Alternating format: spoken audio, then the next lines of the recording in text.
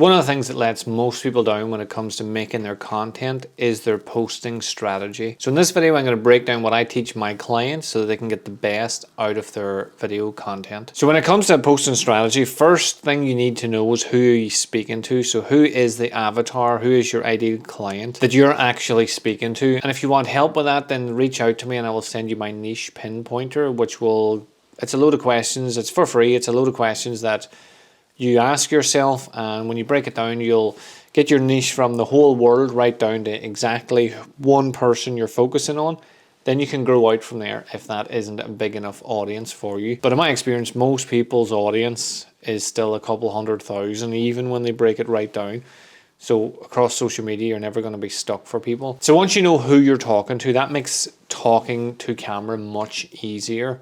If I'm like in the weight loss world and I'm talking to men and women, there's going to be things that men connect with and women connect with, and there's going to be things that men do not want to hear about and things that women don't want to hear about as well. So when I start to try to do a video to reach everybody, I end up reaching nobody because I'm not actually speaking to anyone. So find your niche, find out who you're speaking to, and then just think about that one person. Then you want to break your content down. So I have a thing, I'll put it up here so that you can see it, but it's just my posting strategy for clients. So on a Monday, you want to post a value post. So a value post on a Monday it's just a good way to kickstart the week.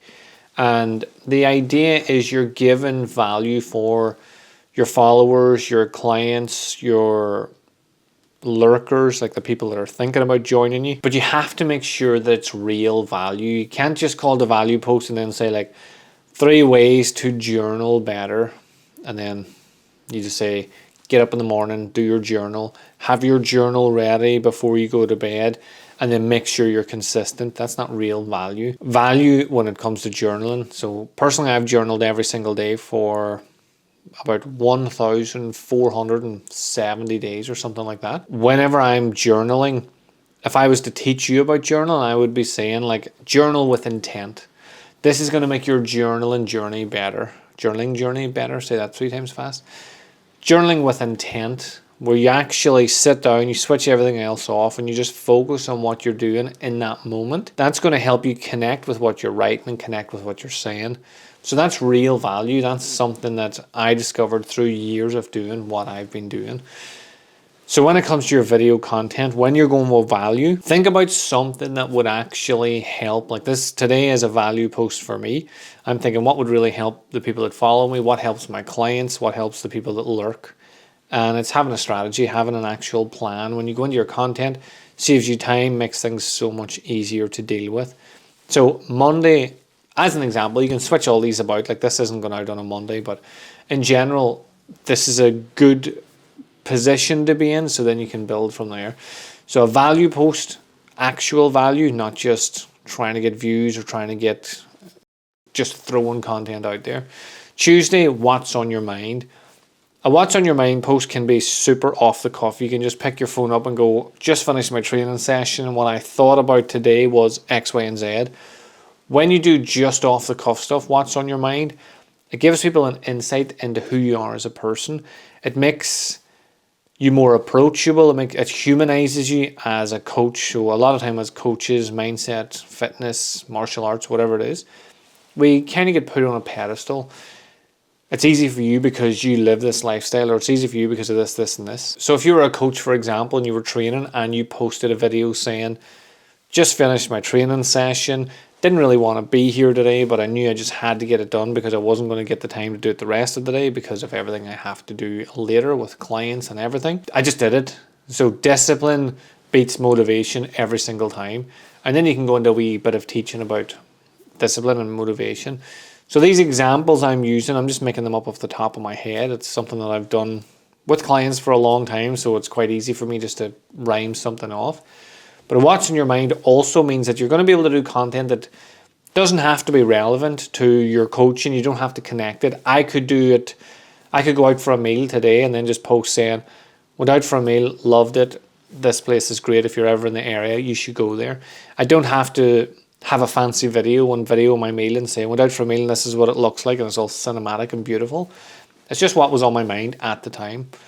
Wednesday, we would go with a story-based content. So story-based content would be, I could tell you the story of how I got into editing, how I went from being a coach and then the world shut down, so I lost my income, and then I had to build a business from scratch. And I thought, what other skill set do I have? And one of them was editing, one of them was social media. So I combined that and started to become a social media strategist for coaches, because I was a coach and that was something that I knew. I could tell that whole story, which will be inspirational and motivational for people. And then I can tie in some of the things along the way. Like I built my CapCut Video Editor Pro course, which is a course for coaches to learn to edit, saving themselves loads of time, and has been used by hundreds, if not thousands of people across the world to improve their social media video content. So I just did an example of it there now. That's just autopilot. So I'm talking about something, and I'm telling me a story about how I got to where I am now, and then a wee bit about my program. So if you're a coach who struggles with editing, it's a £27 program. You get access to me in the program as well on a weekly basis. So it's a really good program for someone that knows they want to do content, knows that they should be doing more content, but is struggling to do content. So that you can do a little mini pitch, I suppose. That's basically what I've just done there. A wee mini pitch in the middle of your video. Then Thursday we go back to what's on your mind. So again, we're doing something that's off the cuff. Like I might finish a video here. Something pops up and I think, oh, why did I wear a jacket? Because it's raining outside and I just thought it was cold inside too, but it's actually not, and now I'm roasting. Why did I wear this? Why will I not take it off? Continuity. I'm just going to keep it on. So it doesn't have to be connected directly into the business. It's more about people getting to know you. So it's like doing a real version of an Instagram story. Friday, I like to do a technical lesson. So actually teach something. So I could teach you how to do a jump cut. If you're a fitness coach, you could teach how to do a squat or how to actually count your calories instead of just telling people that they should do it. If you're a mindset coach, you could teach them how to actually meditate. This is how you get started in meditation. This is how you actually journal. These are 3 questions I ask myself every day to improve my self-awareness, and then tell them to go and do that. The technical lesson is good on a Friday because it gives them the weekend to actually implement it. And then when you come out on Monday again with your value post, they're like, oh, that was really good. And now there's value here as well. You're creating a lot of know, like, and trust with your followers and your viewers by giving them something that they can work on, giving them value, giving them an insight into who you actually are as a person, not just a coach. Saturday is a good time to do an engagement post. So this could be a post. This is like, I would do a photo of myself in the Gorchin Glens. It's one of my favorite places to go. And then I could like do a breakdown of my week. 10 things I did this week that have nothing to do with being a video editor, or 10 things I did this week that improved my business. Just a bit of engagement. So in that post, I'm going to ask for the engagement. I'm going to ask for, what did you get up to this week that wasn't part of your business?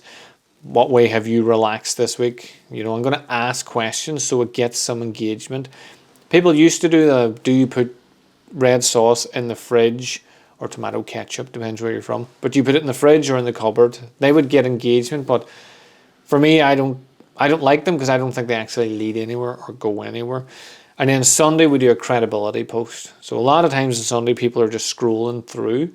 So if they've seen some of your posts throughout the week, they might think, actually, I might go and check out Liam now and see what's going on in the rest of his social media. So a credibility post, like a testimonial or a screenshot of a win in your community or with your clients, or just something that showcases that what you teach actually is working for other people and not just something that worked for you. So that would be how I would lay out my week. I would lay out Monday value, Tuesday what's in your mind, Wednesday story, Thursday what's in your mind, Friday technical lesson, Saturday engagement, and Sunday credibility. This is the easiest way to keep yourself from being overwhelmed whenever it comes to creating your content, because you just know on Monday you can do a value post and you just know what's coming up each week instead of thinking, right, what am I going to do this time to try to build engagement? When you're shooting your content, it's a good idea to shoot like 4 weeks in advance. So I would get into the mindset of a value post, and I would shoot 4 value posts. Then I relax. What's on your mind again could be more off the cuff, so it doesn't really matter. You can do them as a walk and talk or a talking head video or a voiceover, something like that. The story-based post, again, I would think of 4 stories for the month, and then I would shoot them all in one go. So I'm only getting into the one mindset, the mindset of value, the mindset of story, the mindset of a technical lesson, and the mindset of credibility and engagement. I get into that mindset, shoot all the content, and then I can relax, and then I can go again. So I shoot the content for the month, get into the mindset of the next segment, and then shoot that content. That saves you trying to bounce in and out and mentally fatiguing yourself. I know this is going to help you with your video content moving forward. If you actually want to learn how to edit better, then hit this video here, which will teach you all about jump cuts. Jump cuts are amazing for hiding any mistakes that you may have made. I've actually used them loads in this video, and you probably didn't even notice.